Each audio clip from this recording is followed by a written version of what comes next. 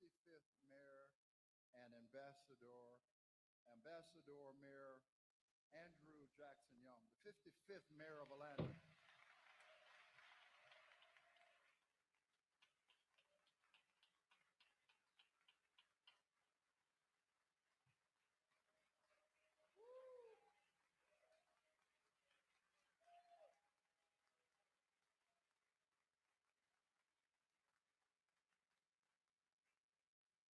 Mayor, don't go so fast. We might have to ticket you here, okay? Next, I want to introduce Mayor Bill Campbell, who is the 57th Mayor of Atlanta.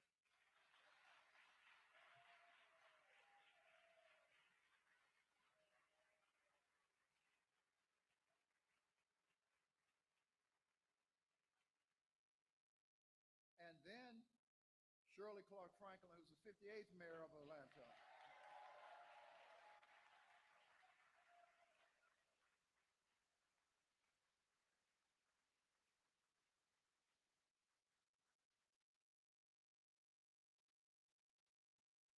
And next, I want to introduce Kasim Reed, who is the 59th Mayor of Atlanta.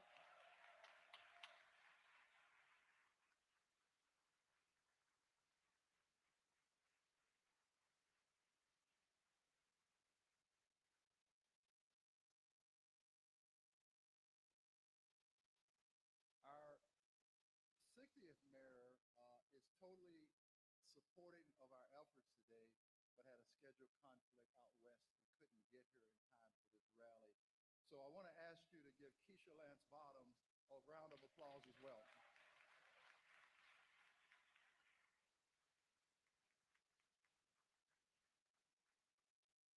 And last but not least, let us all give a warm welcome to our 61st Mayor, Mayor Andre Dickens.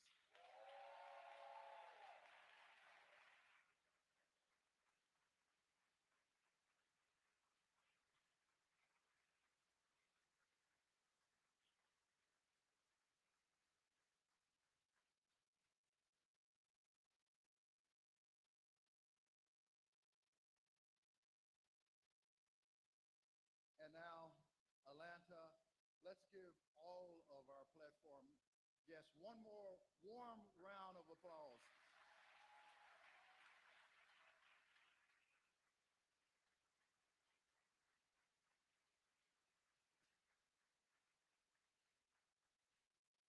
That's 50 years of inspired leadership, and we're all proud of them. Without further delay, I'm going to ask Reverend Dr. Pastor Jay to come and welcome us and give us an opening prayer. Good morning, good morning, good morning. It is an honor to have you in this space at this time, and I affectionately share with you, you are always welcome at Bethel AME Church. Can I say to you and say also to these mayors, the sitting mayor and former mayors, welcome to the City Hall of Sweet Auburn. Big Bethel, long known as the City Hall of Sweet Auburn because it was a place of welcome for diverse peoples to come together to find a common solution to common problems. We're here this morning because we are aware of many problems, and we're here in support of this mayor with the vision cast by the former mayors to ensure that we address those problems as a community. When I was a boy growing up in New Orleans, my mother would oftentimes share with me, son, when you see something, say something.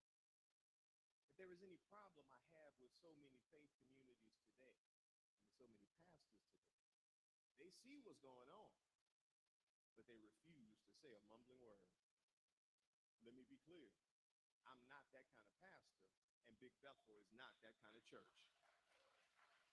You are welcome at this City Hall of Sweet Auburn, not just on this day, but you are welcome each and every day.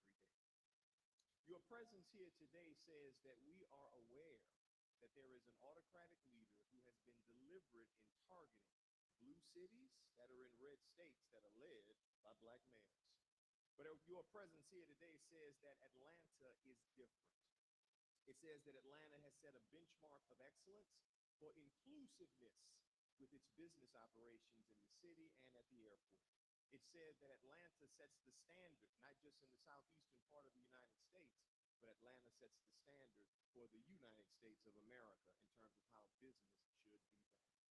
So it is my honor to welcome you here today as we address some common problems. And as these former mayors and as those who are here assembled say to this current mayor, we got your back. We're standing with you. We're proud of you. We thank God for your courage, and we will stand with you. Give him a round of applause. We will continue to stand with you. The fight lies ahead, and we want you to know your strength is here with you. We stand with you, and we are proud of you.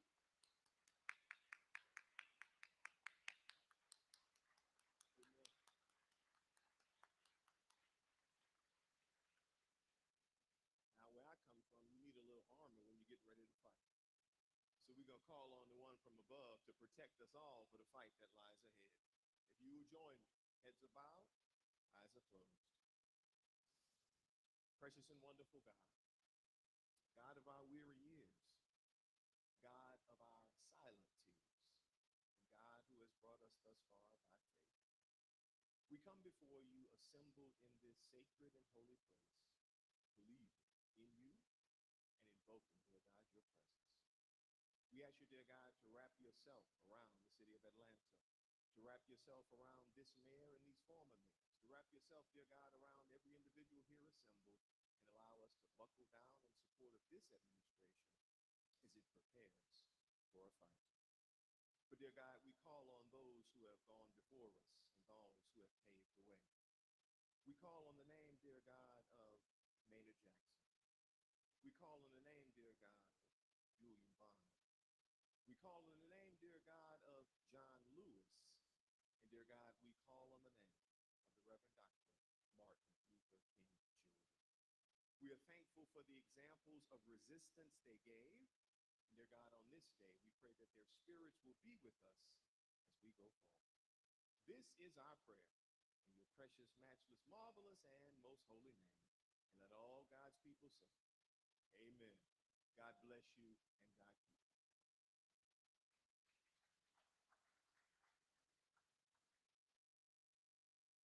Good morning. I greet you in the name that is above every name. On behalf of Bishop Michael Leon Mitchell, the 134th elected and consecrated Bishop of the African Methodist Episcopal Church and presiding prelate of the 6th Episcopal District, which is the state of Georgia, today the time to act is now. We stand here in the cradle of civil rights, the birthplace of movements that changed not just a city, but have changed the world.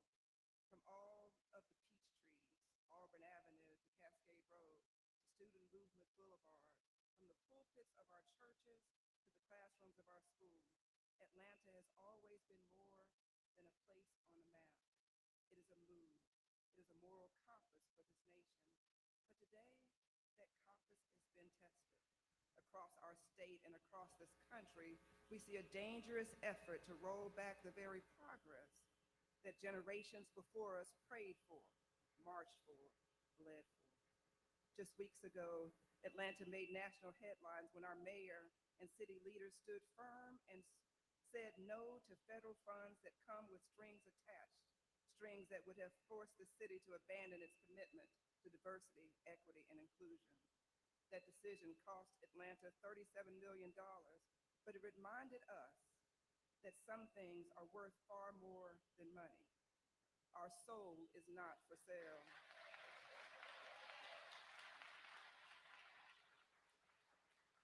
As Bishop Michael Leon Mitchell has reminded us through his theme, Call to Serve, this is not the hour for silence. Service is not passive, it is prophetic. To serve is to stand for truth, to stand for justice, to stand for every child, every worker, every elder who depends on us to keep faith with the vision of those who came before us. The African Methodist Episcopal Church has always been a church that serves the whole person, body, mind, and spirit. We were born in resistance, raised in resilience, and built to respond to moments just like this. From our over 400 congregations across the state of Georgia, We are called again to serve not in comfort, but in courage. So today, on behalf of Bishop Mitchell and the entire 6th Episcopal District, I'm calling upon every pastor, every clergy person, every steward, every deacon, every mother of the church, every trustee, every lay person to join this movement to protect the soul of Atlanta. Show up, speak out, stand together. Use your voice at the ballot box, your resources in your community, and your witness in every space where injustice tries to take toll. Atlanta cannot lose its soul, not on our watch. And as long as we are called to serve, we are called to stand. And so let us rise together, and not out of fear, but out of faith. Let us be the generation that kept the light burning, the faith living, and the promise alive. Because service is our calling, justice is our covenant, and the soul of Atlanta and the state of Georgia is worth fighting for. Amen.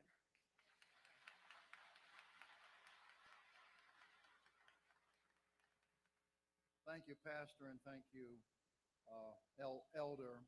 I'm looking out here and I see a lot of familiar faces and a lot of friends. And Mayor Dickens is real good at pulling a name out and having the person individually stand. I used to could do that when I was his age, but I'm gonna do categories now. So I'm looking at this front row here. I'm gonna ask all the members of the clergy and pastors to just stand as a group and be recognized.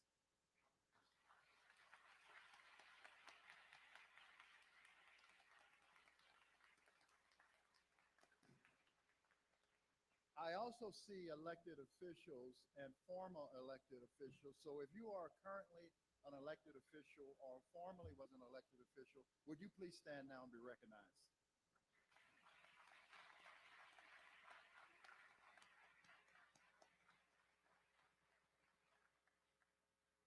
I'm looking at some old civil rights leaders and activists.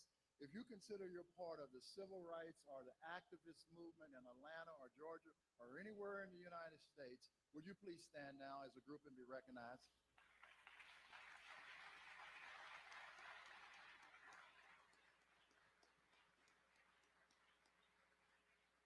And then, of course, there are business people, some of whom have benefited from the city's minority and female business enterprise program, some who have just been successful businesses in general. So if you're part of the business community in Atlanta or in Georgia, would you please stand now and be recognized?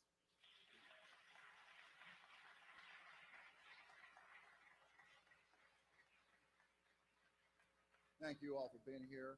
And there's one other group, and I'll just call them very important Atlantans. They may not be identified with any of the groups I've named, but they're very important Atlantans. If you're a member of the very important Atlantans group, would you please stand now and be recognized? That should be everybody.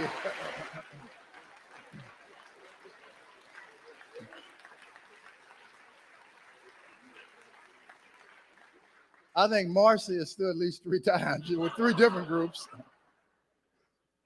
I'm going to be real quick here and give the occasion, and then I'm going to be followed by our ambassador.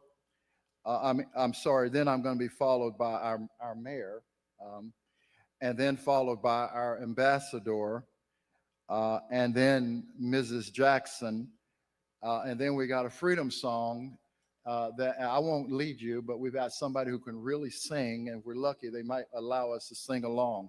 So our program's going to kind of follow that, and we're going to get you out of here very, very quickly. I know that Ambassador Young has another event, and then there are media interviews planned, so we're not going to be here long. We just want to come together in unity and show our mayor and show our city that that we are one. So I'm going to just make a few brief remarks about our occasion, and just so I would stay on time, Bill Campbell told me he'd yank me if I went too long, so I wrote them down. Okay, so we're gathered here to rekindle the spirit of our city, to remind one another that courage, unity, and truth still live within us. Our mission today is clear. We want to bring people together to share knowledge, to demonstrate that when we act with purpose and when we act with faith, we can change the course of our community and we can push back against forces that seek to divide, distract, and even destroy us.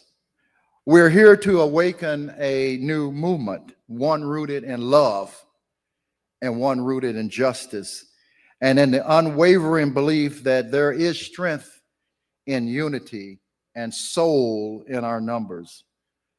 Atlanta was built by people who refused to dream small. We deemed as something greater. An Atlanta University Center rising on Old West Hunter Street, a beacon of learning and a beacon of freedom. It was there that W.B. Du Bois wrote of our souls in his timeless work, The Souls of Black Folk. We dreamed of voting, that sacred act of citizenship and hope. As Reverend Senator Raphael Warnock reminded us, a vote is a sort of a prayer.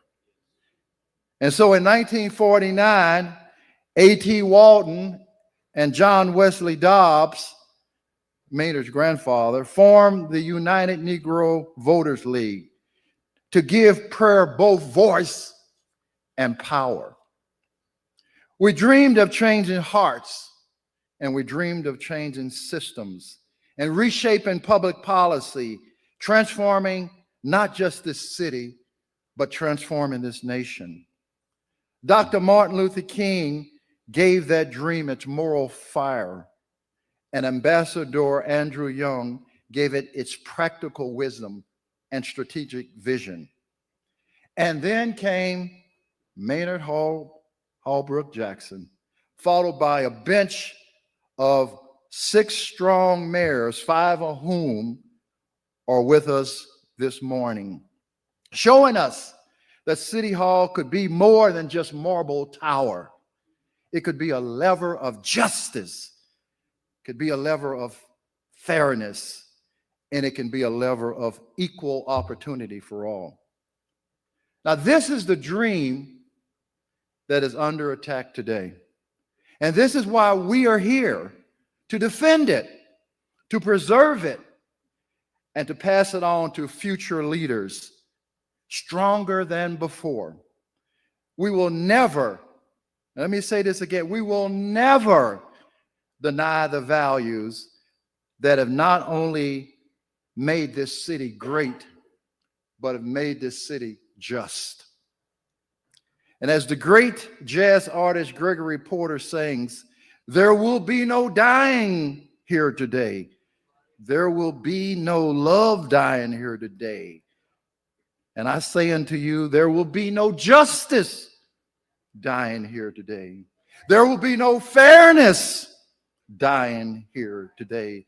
There will be no dream deferred, no dream drying up like a raisin in the sun.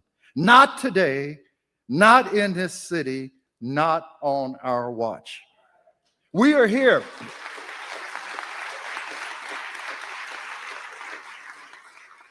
We are here, preachers and teachers and laborers and labor leaders and employers and employees and public servants and private citizens, black and white and brown and yellow. We are the keepers of the dream and the inheritance from our ancestors. And we stand together this morning in unity, declaring that fairness, inclusion, and diversity are not slogans. They are Atlanta's DNA. They are who we are.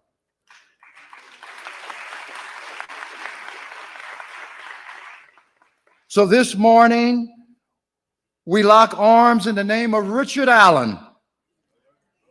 We lock arms in the name of Martin and Malcolm. We lock arms in the name of Ella Baker and Fannie Lou Hamer.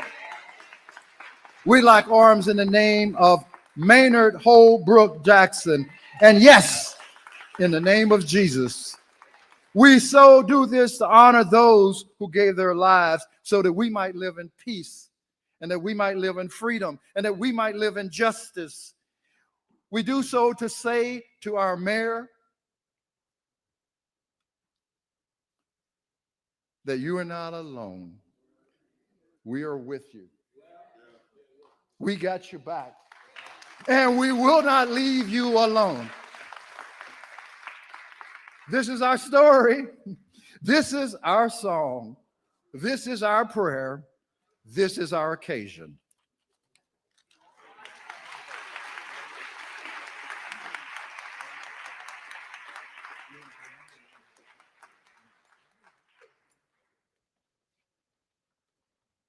All right, good morning, good morning, good morning.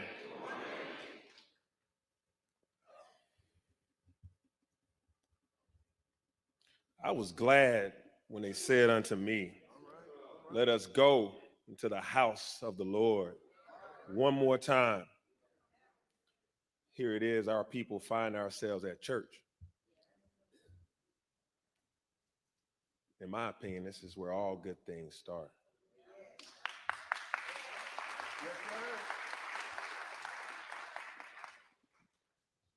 In this place, we find our center point, our North Star, and our ground zeros.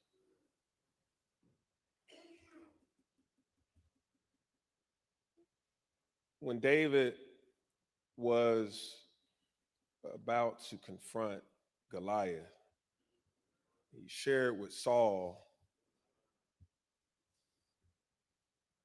that because he had slayed the bear and he had slayed the lion, he believed that God will allow him to slay Goliath.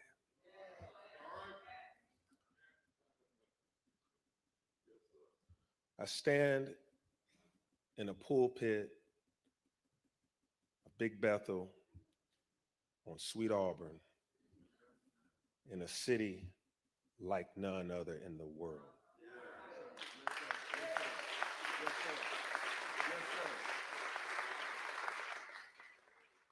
I stand in a city that then and now is clearly the most consequential place in America. I stand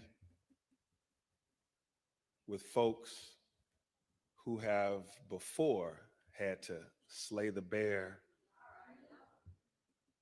slay a lion, so their faith have brought them to this place this day, because Goliath does not stand a chance in Atlanta on Sweet Auburn with a bunch of folk who have slayed bears, slayed lions, been there, done that, got the notes, got the t-shirt, some of the scars, but by God, victory is mine, saith the Lord.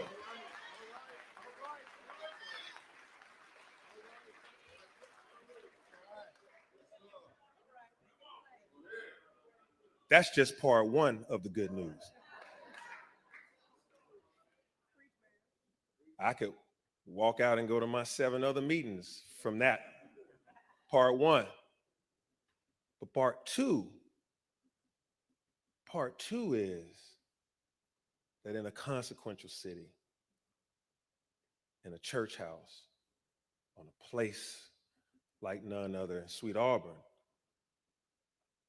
the group project is in full effect, because I stand on the shoulders of giant slayers, people who have time and time again for the past 50 years had to do tough things, make serious decisions, make quality decisions, stand on the square and on the principles of the cultural DNA of a place like none other, the city of Atlanta.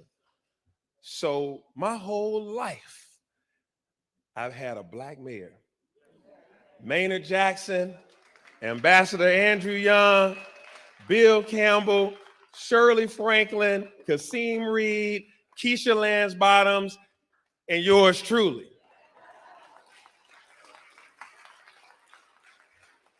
And I'm glad Valerie Jackson is here because she has something to say too.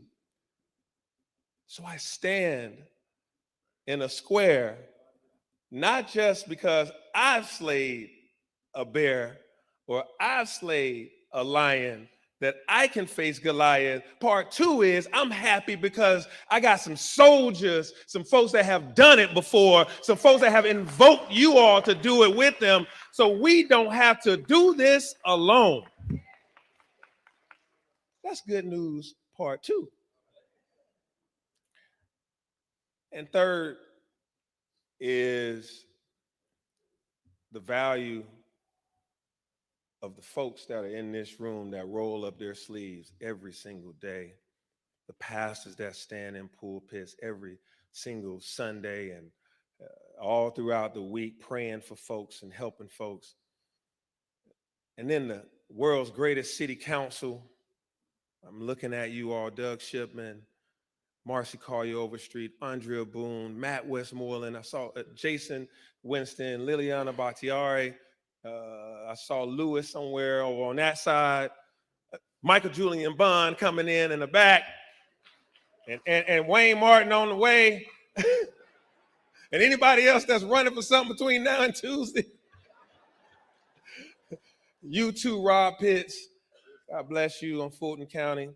And our school superintendent, of APS, and then our APS principals. We don't stand on these, I don't stand alone. And so this week, I'm thankful to Big Bethel and to the clergy here. I'm thankful to you, Jabari, Samama, and Nisha, for having this wisdom and this idea to bring us all together. Thank you. Let's give them a round of applause. Thank you all for letting us know, these electeds know, that you stand with us in these tough times. We are facing unprecedented times. Last week, I spent a good bit of my time dealing with a threat to childcare, the Head Start program, making phone calls. Courtney English, my chief of staff, and others, we trying to make sure that what the federal government is doing to people and not for people is not going to have us lose a Head Start program and all the momentum that we have with our early childhood education goals and all these activities. Spend a whole lot of time rallying nonprofits to fill in for the federal government. And then in about an hour and a half from now, we'll be making some announcements and declarations and some things that we're going to be doing around SNAP food stamps that are being stripped away, or an unprecedented time to not feed people. Sitting on money that they receive from every single American and not feeding folks. So in an hour or so, you'll hear about what we're doing in conjunction with so many others in this room. But we're spending time, I mean, folks call us about potholes most days. But we're spending time feeding the least, the less, the lost, making sure folks are housed, making sure child care is provided. And now we are in a fight around disadvantaged business programs. But again, as I say, we face the lion. We face the bear. And God Almighty, we will get through Goliath. Thank you.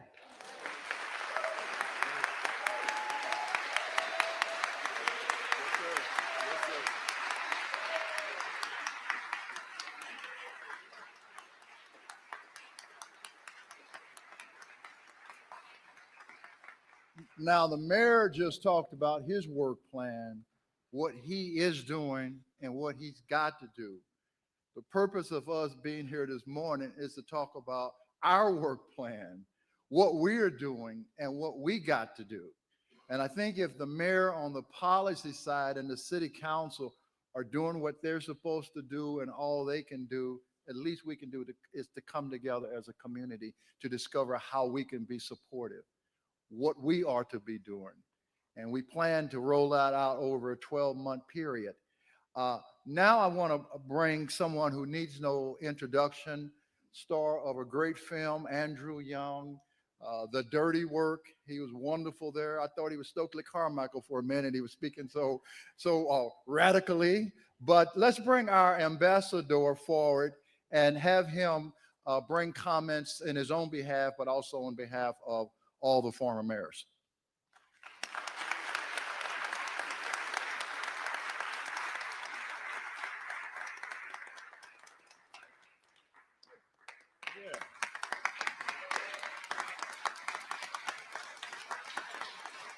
Let's give this freedom fighter a hand.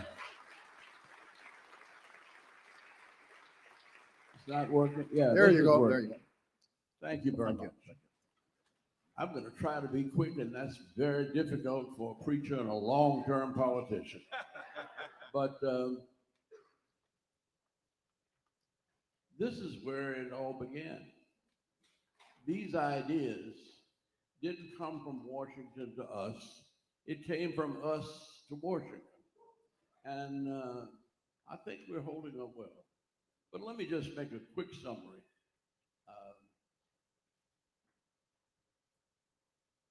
I went to Washington as your congressman in 1970. And I was trying to get on the banking committee, and I got on the banking committee because I was trying to get some federal money to build an airport. And one day, I came out of Congress, and there was a young fella by the name of Bill Holland, and he said, I understand you're trying to get some money for the airport. And I said, well, I'm trying to figure out how we get it out of Washington. He said, you're wasting your time. He said, if you really want to build this airport, he said, we got all the money you can use on Wall Street. And I said, look, you call Maynard Jackson in Atlanta, because the year after I was elected to Congress, Maynard was elected to mayor. And Maynard talked to this young man, and the next thing I know, he was in New York. And I think the first check was $700 million. And it had a long list. Delta, Eastern, United, American, everybody was on the list. And then down at the bottom, it was Hertz and Avis and Marriott. And at the last, on the bottom of the bottom, it was the city of Atlanta.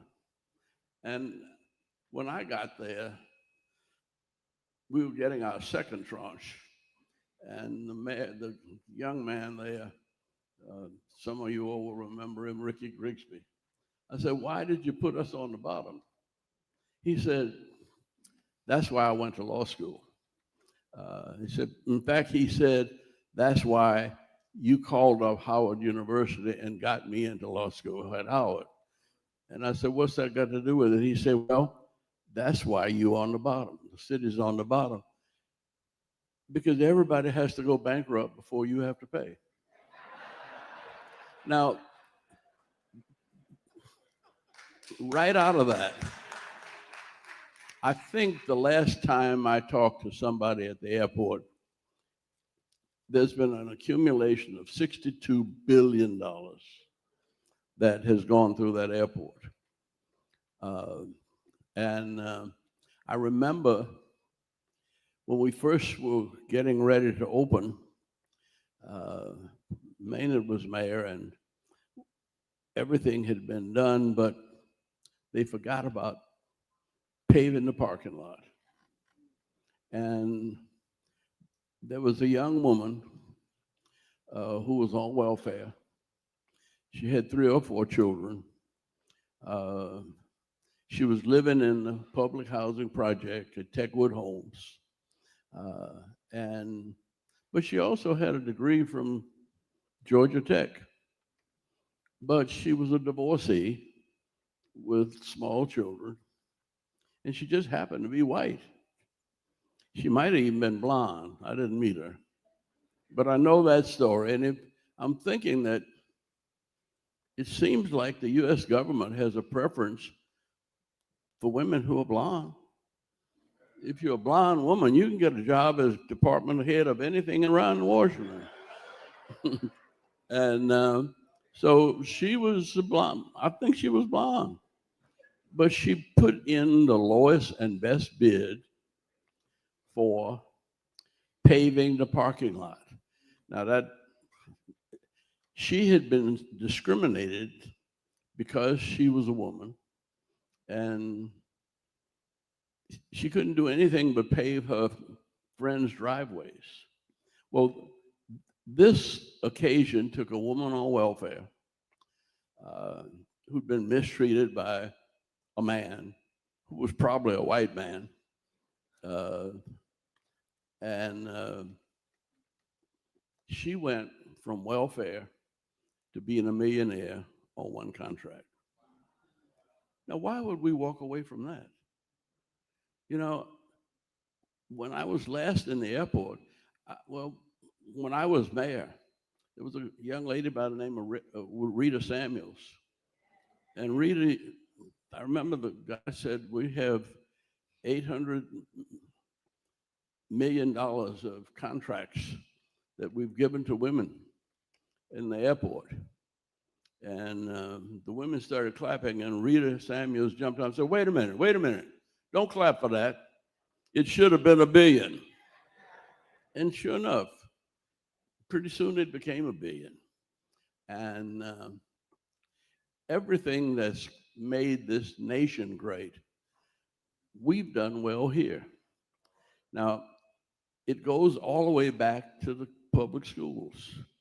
Now, I don't care what you think of public schools. I went to them, and most of you went to them. And you had teachers who got discriminated against, but they took their discrimination and they went north and got master's degrees and PhD degrees because nobody wanted them to go to southern white colleges. And they got those degrees. And then somebody sued, and the state governments had to pay for the education of these women who went north to get master's and PhD degrees. And that's why we've got the school system we have. We complain about it because we complain about the children in public schools, and we forget that they're our children. And we complain about our children too, because they're just like us. And but what this has led to is, when the last report I saw from Forbes magazine, the highest level of college potential, of college students, graduates, in any city in the world, it's at 60%. It's the city of Atlanta, Georgia.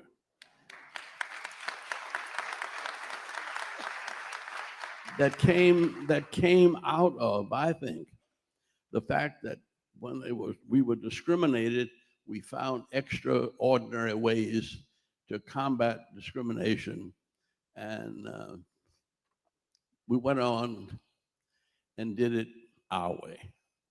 Now, that's where we are now. We're not about to go back. We can't go back. um, I almost don't want to say this here because we are public, but the last time I went out to the airport uh, and went into the board meeting with all the people who make the decisions, I didn't see but 3 men. And everybody else was women. And they were mostly black women, but there were one white man, one white woman. And I said, how long have you all been going this way? They said, this is just the way it happened.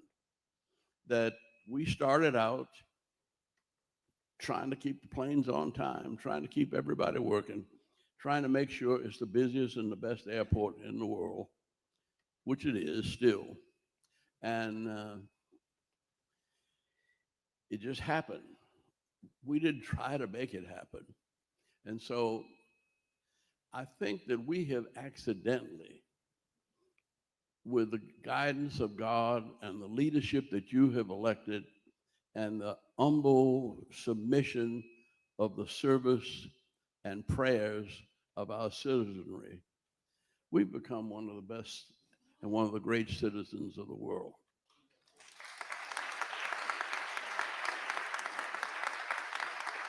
Now, we haven't all agreed.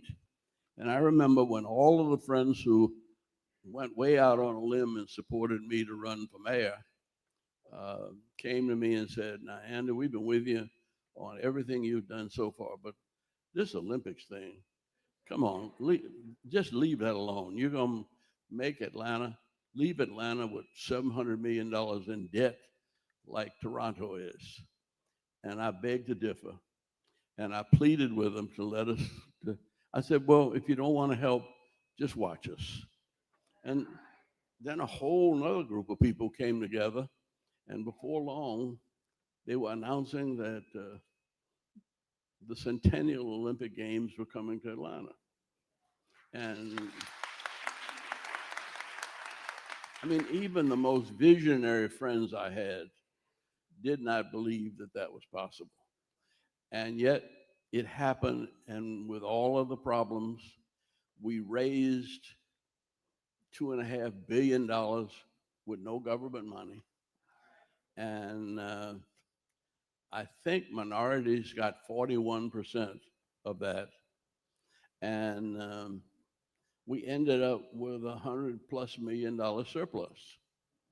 So I think that whatever they call it, I don't even know what the initials stand for, because we don't need initials. We have it in the spirit and in the heart and in the mind of Atlanta.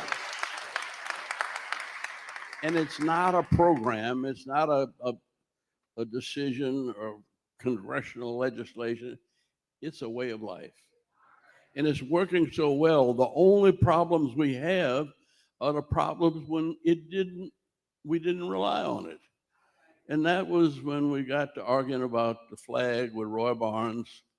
And whatever you think about the flag is not important, but what I heard about every day, and you do too, is because of that, we lost an election, and we should have had Highway 485. 285 is 30 miles from the center of the city. 485 would have been 40 miles from the center of the city. And it would have taken all of these trucks off our expressways and out of our city streets and sent them around to Mobile and Savannah, which is where they want to go in the first place. And so I want to thank you for believing in God's messages put in your hearts and mind. And that's why we are who we are. And I don't care what anybody says. I'm going to stick. Jesus brought us this far. That's right. And we followed the Spirit, a Spirit that has led us closer together, regardless of race, creed, gender, or national origin, and made us one of the great cities of the world. And I thank God and I thank you. Let's keep on keeping on.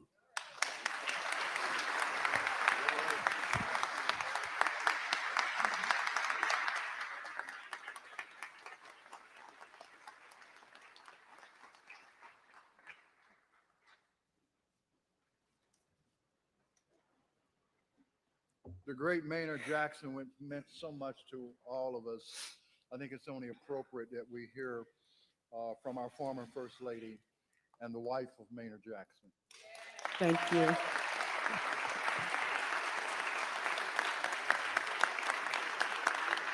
Woo.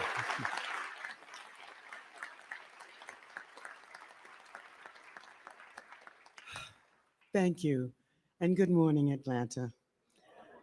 Oh, I'm definitely honored to be here with Mayor Andre Dickens, the former mayors, Dr. Jabari, Samama. He told me a story about Maynard remembering his name. Said, just think of me as your mama, Samama. Yeah. Anyway, and all of the others of you have made this gathering possible.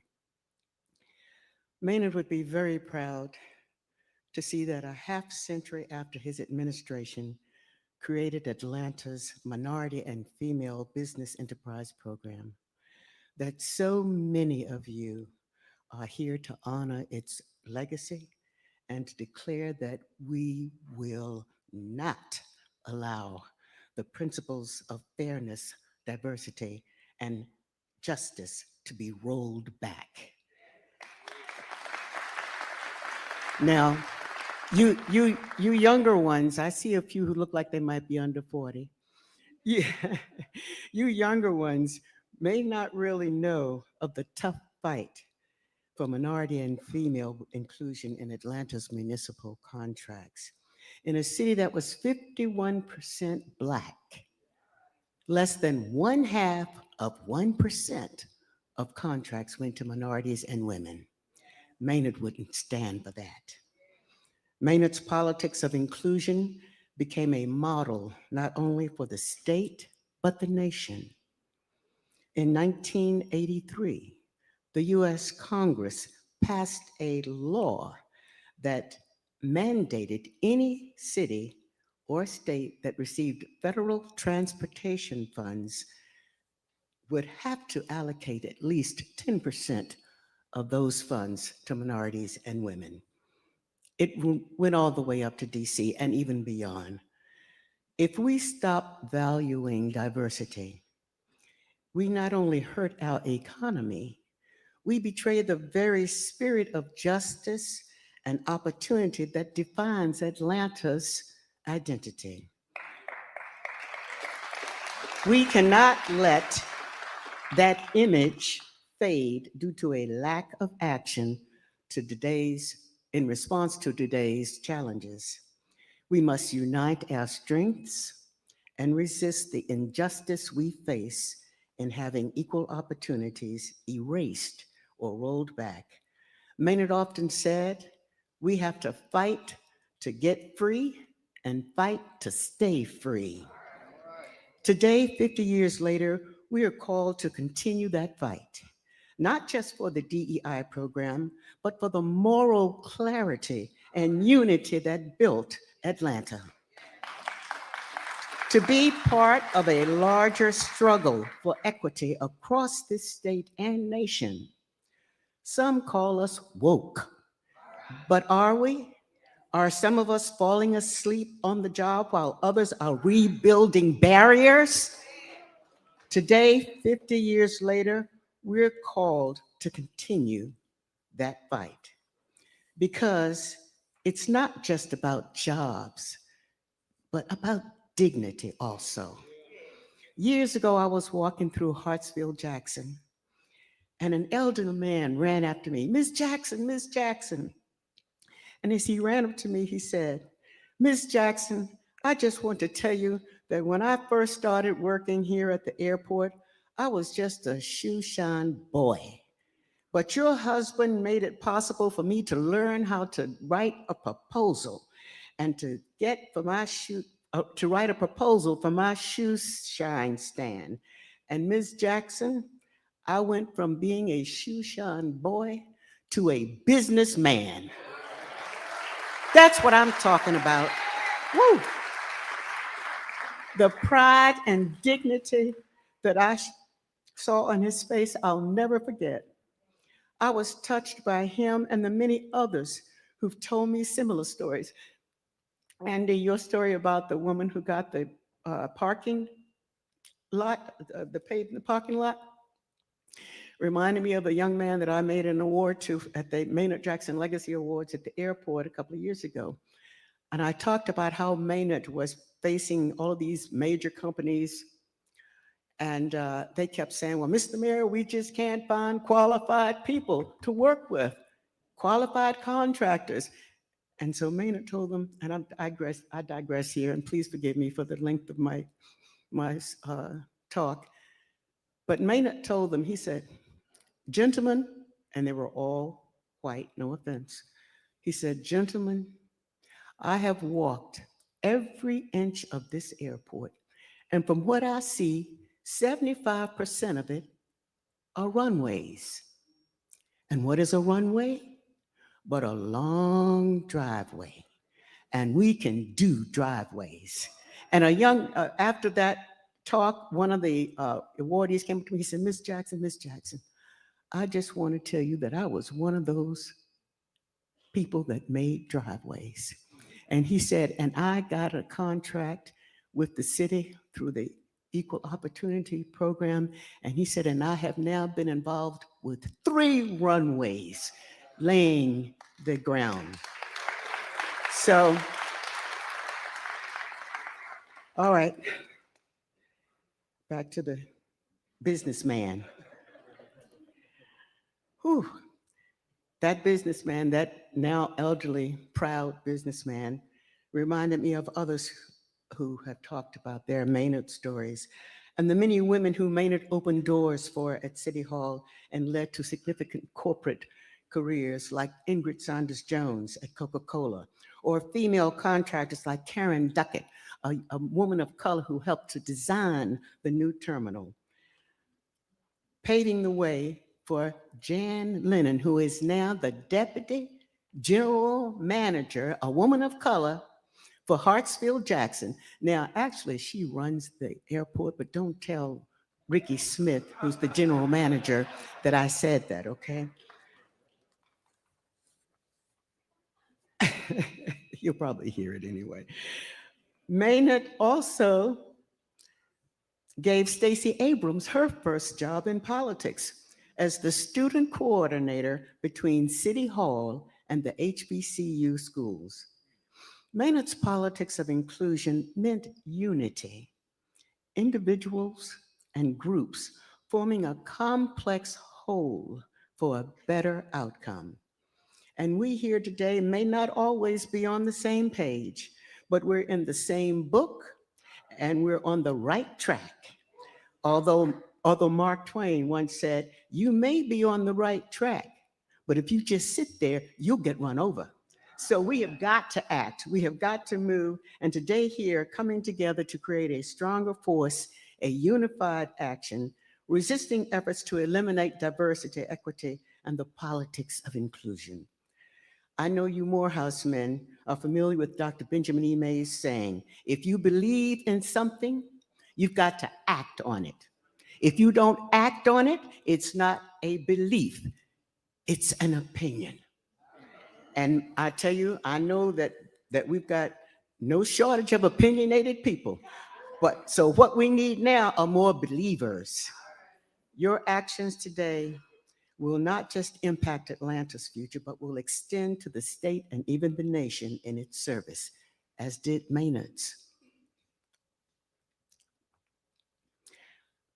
I lost my first love, a Marine, in the Vietnam War.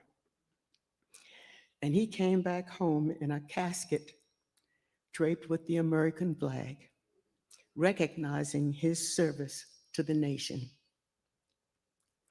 And when I lost Maynard, my last love, but I still love him every day. When his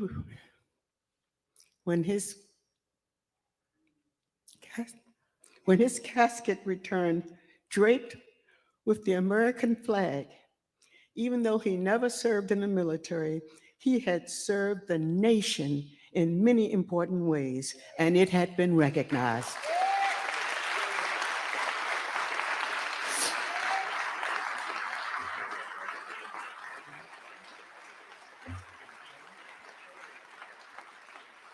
Thank you. And on behalf of our family and our daughters, Brooke and Alexandra, are here with me today. On behalf of our families, I thank each of you for honoring the vision God placed in Maynard's heart and for living out that vision through your own leadership and service. May you find the same courage that Maynard found to continue to the work that he began. He gave us a powerful beginning. It's up to us now to sustain it and carry it forward. Thank you for being a part of this critical journey of unity and action. I stand with you in solidarity, in truth, and in power. May God continue to bless us with strong leaders and even stronger citizens. With love, thank you. Thank you. I'm sorry I went over. Beautiful, beautiful. Richard Morton. Just want to say this before we close. We need all the mayors to come up front. We're going to take one photo op with Andy as we sing the Freedom Song, and I'm sure Richard Morton is going to engage all of us in a spirited way of closing this out. This is only the kickoff. This is not the end. I think most of you who have registered, we have a way of contacting you. If you did not register, please leave a way for us to contact you outside at the front desk. Not the end, only the beginning. Richard, come to us and bring us off. Can I say one thing? Yes, Mayor. Well, absolutely. Well, it's really two things. Okay. Might be three by the time the Holy Spirit get me, I get going again. But one is we got to wish a happy birthday to Azira Hill. If we're standing here, as Jesse Hill was right there, so was Miss Azira. Stand up, Miss Azira. Stand up. 100 years old, 100 years young. 102 now, 102.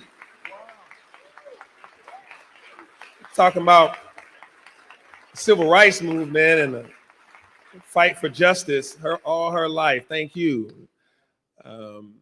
And second point, and it's a lot of important folks, and I'm glad you had everybody stand. Everybody in this room is important. And one thing that all of us can do is go vote. It's voting time. It's voting time all over Atlanta, all over Georgia. It's voting time. So while you're trying to figure out what all we're going to give you as your homework to do as we go out here to continue our fight for freedom, justice, liberation, and to make sure that all things about equity and inclusion continues to happen. But one thing you can do is between now and Tuesday is make sure you and all your friends go vote. Y'all got that?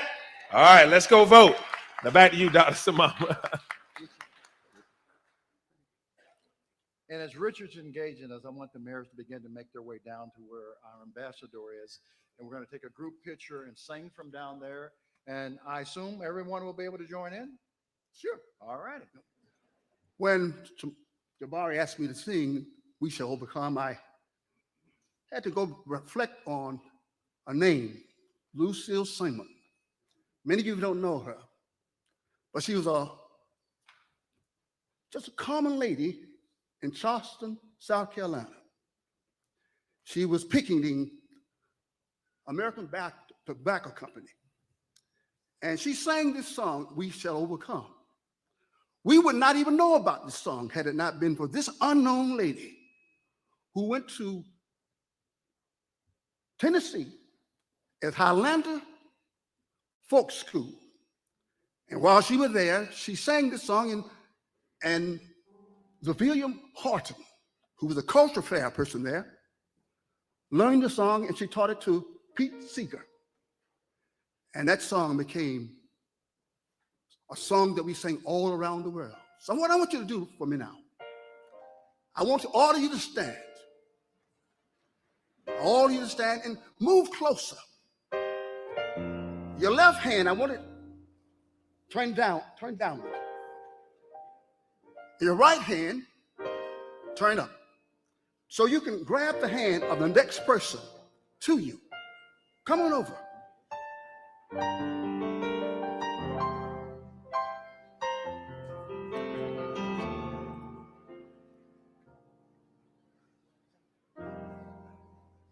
We shall overcome.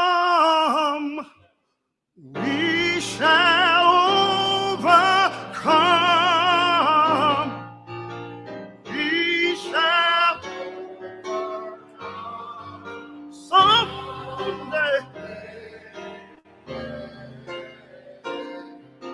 Won't be in my heart. I do believe. Oh, we overcome someday. We are not afraid. We're not afraid. We are not afraid. We are not afraid. We are not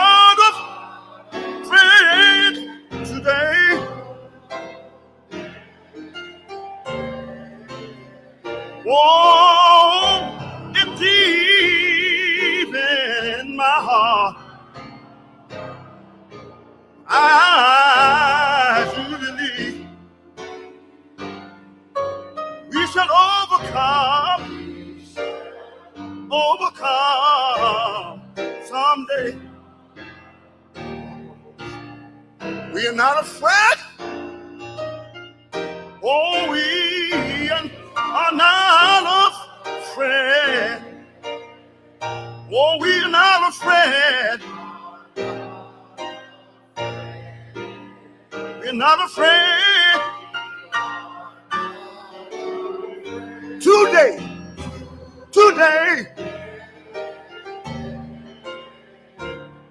oh, it's deep in my heart. I do believe that we shall overcome someday.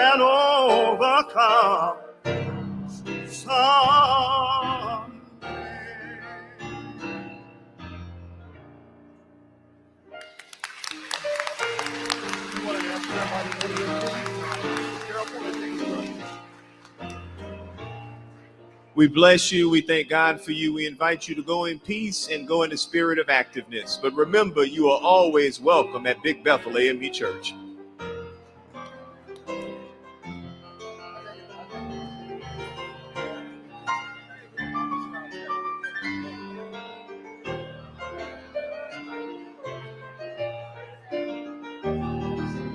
You never know, you never know.